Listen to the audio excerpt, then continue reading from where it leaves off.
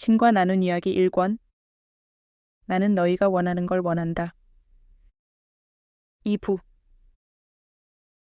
기도가 있는 그대로에 대한 진술이라고 하실 때 신인 당신은 아무것도 하지 않으며 기도 뒤에 일어나는 모든 일들은 그 기도가 만든 결과일 뿐이란 말씀입니까? 만일 너희가 모든 기도를 듣고 어떤 기도들에게는 그래라고 하고 다른 기도들에게는 안 돼라고 하고 그 나머지 기도들에게는 어쩌면 하지만 지금은 안 돼라고 말하는 어떤 전능한 존재를 신이라 믿는다면 너희는 잘못 생각하고 있다. 도대체 어떻게 신이 그런 주먹구구식 결정을 한단 말인가?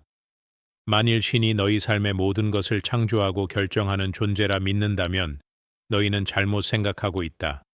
신은 창조자가 아니라 관찰자다. 그리고 신은 너희가 삶을 살아갈 때 기꺼이 너희를 거들기 위해 옆에 서 있겠지만 너희가 기대하는 방식으로는 아니다. 너희 삶의 환경이나 조건을 만들거나 만들지 않는 건 신의 직분이 아니다.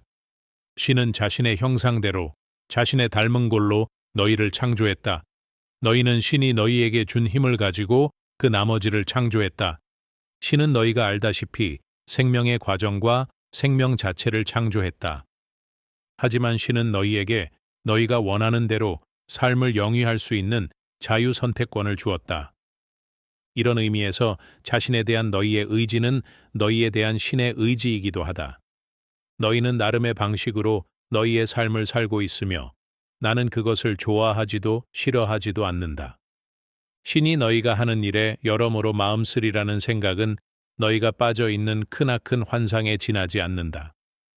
이런 말을 들으면 무척 서운하겠지만 나는 너희가 뭘 하든 마음 쓰지 않는다. 하지만 너희라고 아이들을 밖에 나가 놀게 할 때 아이들이 뭘 하는지에 신경을 쓰는가? 그 애들이 술래잡기를 하든 숨바꼭질을 하든 흉내놀이를 하든 너희에게 그것이 중요한 문제일까? 아니다. 아이들이 완벽하게 안전하다는 걸 너희가 이미 알고 있으니 그것은 중요한 문제가 아니다. 너희는 아이들을 편안하고 만사가 순조로워 보이는 환경 속에 놓아두었다. 물론 너희는 늘 애들이 다치지 않기를 바랄 것이다. 그리고 애들이 다친다면 당장에 달려가서 애들을 도와주고 치료해주며 다시 편안하고 행복하게 해주고 다음날 다시 나가 놀게 해줄 것이다. 하지만 이튿날에도 애들이 숨바꼭질을 택하든 흉내놀이를 택하든 너희는 상관하지 않을 것이다. 물론 너희는 애들한테 어떤 놀이가 위험한지 얘기해 줄 것이다. 그러나 너희는 애들이 위험한 짓을 하는 걸 막을 수는 없다.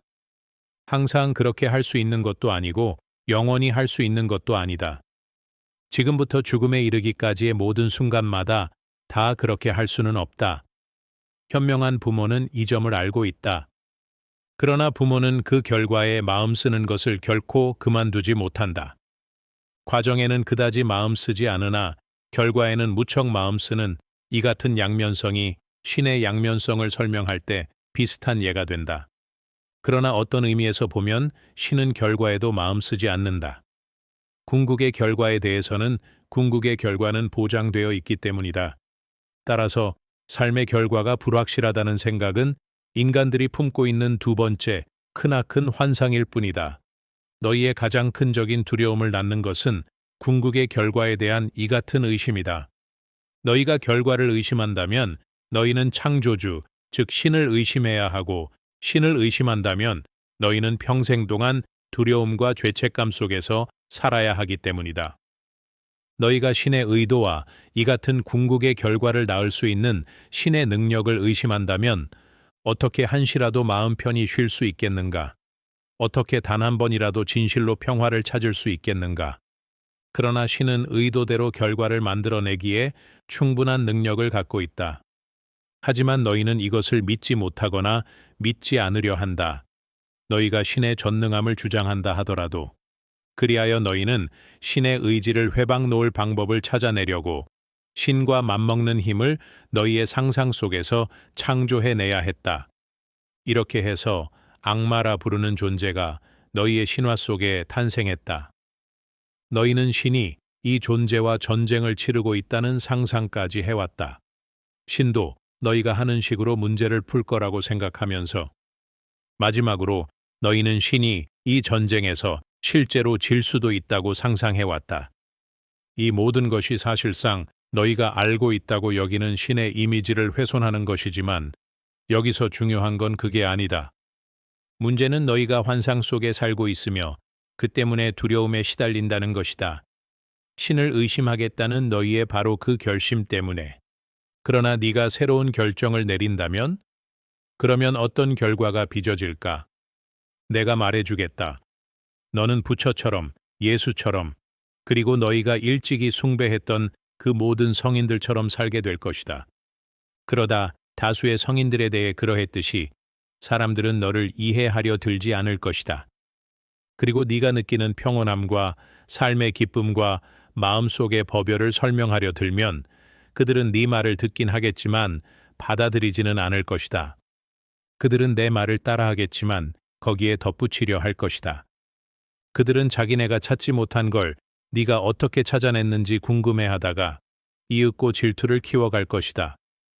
질투는 얼마 안가 분노로 바뀌어 그들은 화를 내면서 신을 이해하지 못하는 쪽은 너라는 걸 내게 납득시키려 애쓸 것이다. 그리고 네가 느끼는 기쁨에서 너를 떼내지 못한다면 그들은 크나큰 분노에 휩싸인 나머지 너를 해치려 들 것이다. 그리고 네가 그래봤자 소용없다.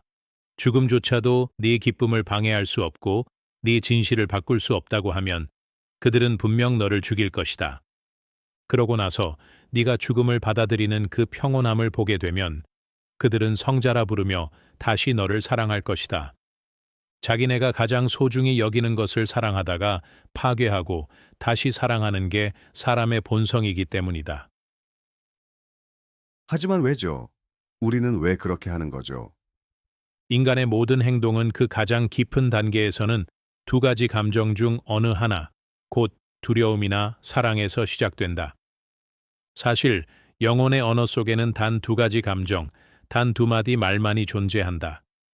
이 둘은 내가 우주와 너희가 오늘날 알고 있는 바대로의 세상을 만들었을 때 함께 창조했던 위대한 양극성의 두 극단이다. 이 둘은 너희가 상대성이라 부르는 체계가 존재할 수 있게 해주는 두 극점, 알파와 오메가이다. 이 두 극점이 없다면, 현상에 관한 이 두 개념이 없다면 어떤 다른 개념도 존재할 수 없다.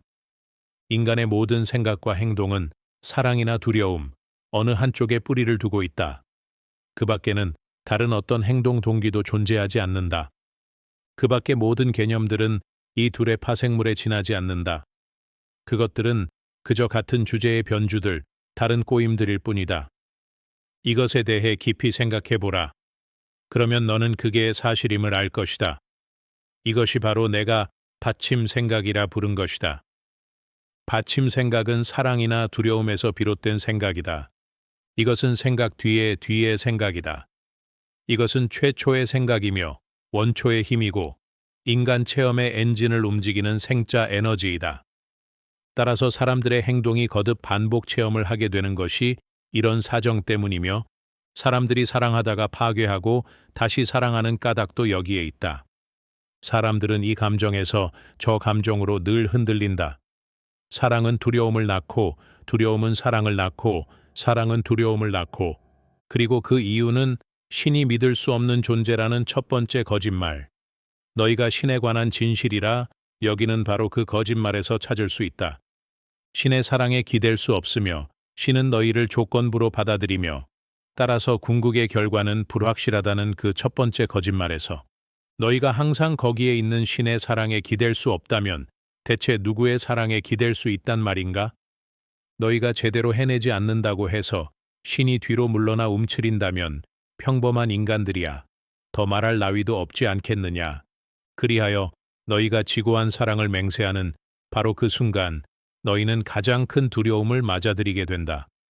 왜냐하면 너희는 사랑한다고 말하자마자 과연 상대방이 그 말을 되돌려 줄 것인지를 걱정하기 때문이다. 그리고 설사 그 말을 되돌려 받는다 해도 너희는 그 순간부터 이제 막 찾아낸 사랑을 잃게 될까봐 걱정하기 시작한다. 그리하여 너희의 모든 행동이 상실에 맞선 방어라는 반작용이 된다. 심지어 너희는 신의 상실에 맞서 자신을 지키려 한다. 그러나 자신이 누군지 who you are 안다면, 자신이 신이 창조한 가장 장대하고 가장 비범하고 가장 멋진 존재임을 안다면 너희는 결코 두려워하지 않으리라. 그토록 경이로운 장대함을 그 누가 거부할 수 있겠는가? 그런 존재에게서는 신조차도 흠을 찾아내지 못할 것이다. 그러나 너희는 자신이 누군지 알지 못하며 엄청나게 못난 존재로 생각한다. 그러면 너희는 자신이 그토록 못난 존재라는 생각을 어디에서 얻었을까? 온갖 것들에 대해서 너희에게 자신들의 의견을 전해준 유일한 사람들, 즉 너희의 어머니와 아버지에게서이다. 이들은 너희를 가장 사랑하는 사람들이다. 어째서 그들이 거짓말을 한단 말인가? 그러나 그들은 너희에게 이건 지나치고 저건 부족하다는 식으로 말해오지 않았던가? 너희는 그들이 너희를 바라보긴 하지만 받아들여 주지는 않는다는 걸 몇 번이나 느끼지 않았던가? 그들은 너희가 가장 충만감을 느끼는 바로 그 순간에 종종 너희를 나무라곤 하지 않았던가? 그리고 그들은 너희 더없이 분방한 상상 중 얼만가를 무시해버리도록 유도하지 않았던가? 너희가 받아온 메시지들이 바로 이런 것들이다. 이것들은 기준에 맞지도 않고 따라서 신, God에게서 나온 메시지가 아니긴 하지만 그래도 상관없었다. 왜냐하면 그 메시지들은 너희 세계의 신들, gods에게서 나왔음이 너무나 명백하기 때문이다. 너희에게 사랑이 조건부라고 가르친 사람들은 너희 부모들이다. 너희는 그들이 내세우는 조건들을 숱하게 경험했다. 또 너희의 사랑하는 관계에서조차 이런 체험을 고려해야 한다고 가르친 것도 너희 부모들이다. 그것은 또 너희가 나에게 적용하는 체험이기도 하다. 이런 체험에서 너희는 나에 관한 결론을 이끌어내며 이런 틀 속에서 너희는 너희의 진실을 이야기한다. 신은 사랑의 신이지.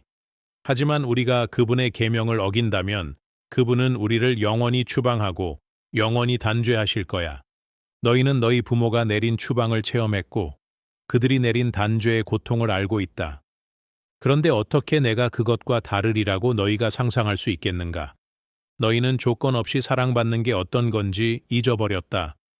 너희는 신의 사랑을 체험했던 걸 기억하지 못한다. 그리하여 너희는 세상에서 보는 사랑의 모습에 따라 신의 사랑이 어떤 것인지 상상해 보려 애쓴다. 너희는 부모의 역할을 신에게 투사해 왔기 때문에 너희가 한 짓을 어떻게 받아들일지 심판한 다음 상을 주거나 벌을 주는 신을 만들어냈다. 그러나 이것은 너희의 신화에 근거한 지나치게 단순화된 신관이다. 이것은 내 본질과는 아무 관계도 없다. 너희는 이렇게 영적 진리들이 아니라 인간의 체험에 근거한 신에 관한 사유체계 전체를 만들어낸 뒤 사랑을 둘러싼 실체 전체도 창조해냈다. 그것은 복수심에 불타는 무서운 신이라는 개념에 뿌리를 둔 실체이며 두려움에 그 근거를 둔 실체이다. 그것의 받침 생각은 틀린 것이지만 그런 생각을 부정한다면 너희의 신학 전체가 무너질 것이다. 그러므로 그런 신학을 대신할 새로운 신학이 참으로 너희를 구원해준다 할지라도 너희는 그것을 받아들일 수 없다. 왜냐하면 두렵지 않은 신, 심판하지 않는 신, 벌줄 이유가 없는 신이라는 개념은 그냥 너무나 근사해서 신의 본질에 관한 너희의 어떤 거창한 관념으로도 도저히 받아들일 수 없기 때문이다. 이 두려움에 근거한 사랑의 실체가 너희의 사랑 체험을 지배하고 있으며 사실 그런 체험을 실제로 창조하고 있다. 왜냐하면 너희는 자신이 받는 사랑이 조건부라는 것도 알고 있으며 나아가 자신이 같은 식으로 사랑을 주는 걸 경계하기 때문이다. 그래서 너희가 자신의 조건들을 굳게 지키거나 물리거나 설정하는 동안에도 너희의 한 부분은 이런 게 진짜 사랑이 아님을 알고 있다. 그럼에도 너희는 사랑을 펼치는 그런 방식을 바꾸기에는 무력하다고 느낀다. 너희는 자신에게 말한다. 이제까지 나는 확고한 사랑법을 배워왔다. 이제 또 다시 불안정한 상태로 되돌아간다면 나는 영원히 저주받을 것이다. 그러나 진실은 정반대다. 불안정한 상태로 되돌아가지 않는다면 너희는 영원히 저주받을 것이다.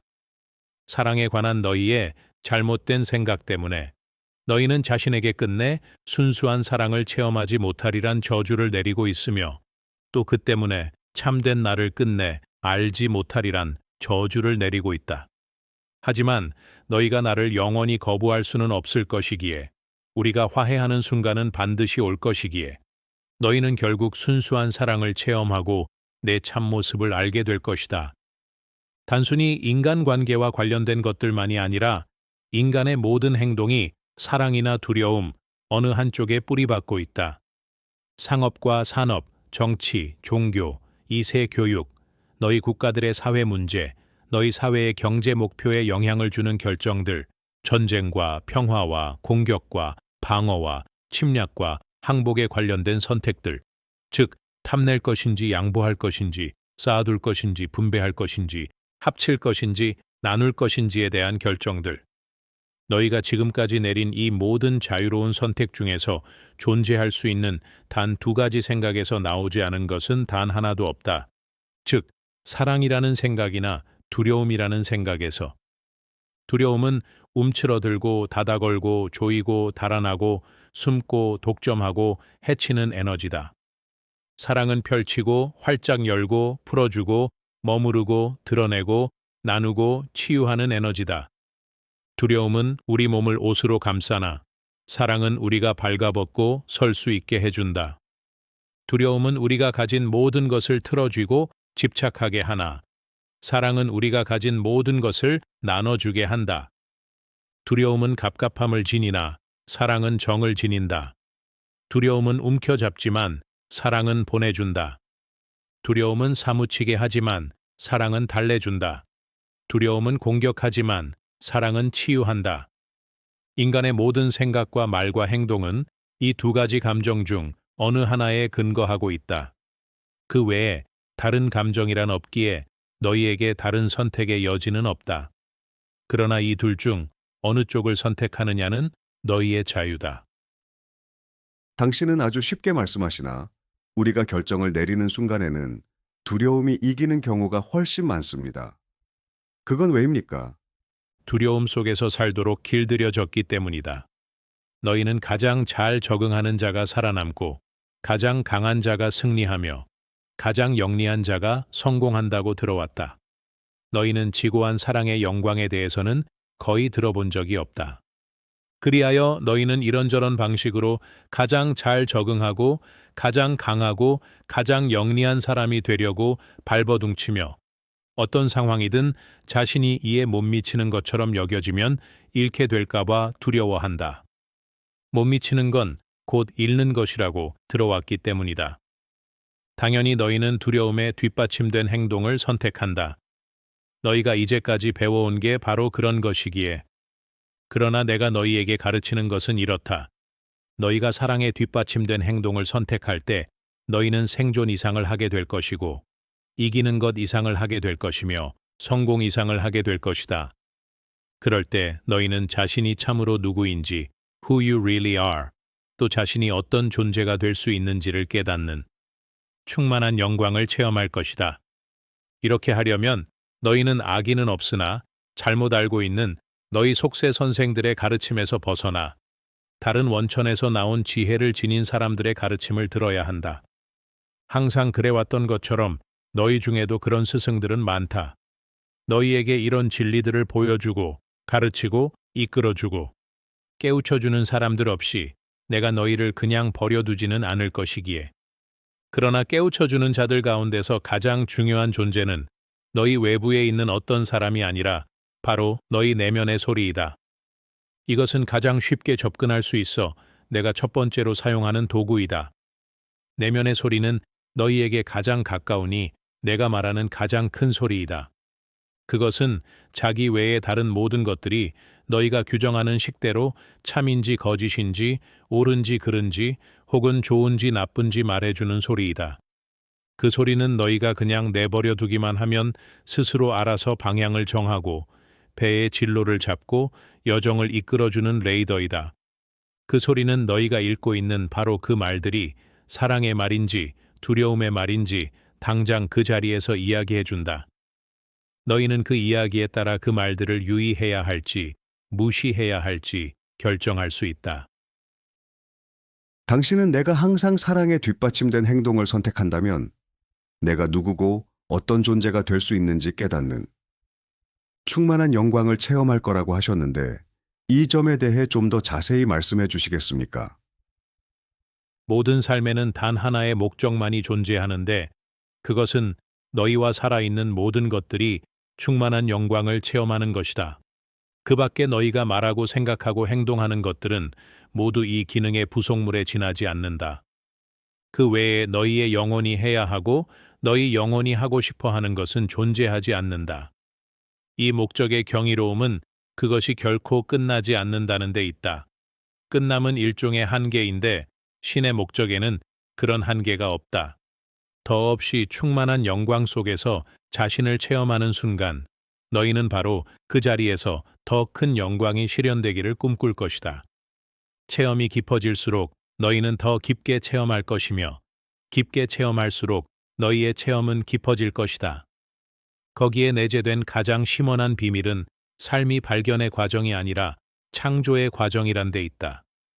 너희는 자신을 발견하고 있는 게 아니라 자신을 새롭게 창조하고 있는 것이다.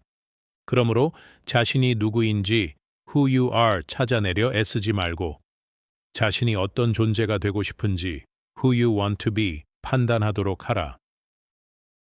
경청해 주셔서 감사합니다. 3부에서 다시 뵙겠습니다.